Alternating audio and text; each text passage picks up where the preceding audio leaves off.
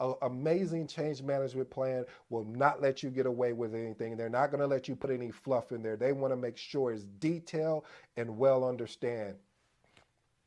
Point number 8, issue resolution. Listen, governance really structures an outline process for identifying, escalating, and resolving project issues. Now, I've seen this in various organizations where they do have an issue resolution team in which here's the process. You may have to escalate to your manager, the manager goes to the sponsor, or I've seen them done so many different ways.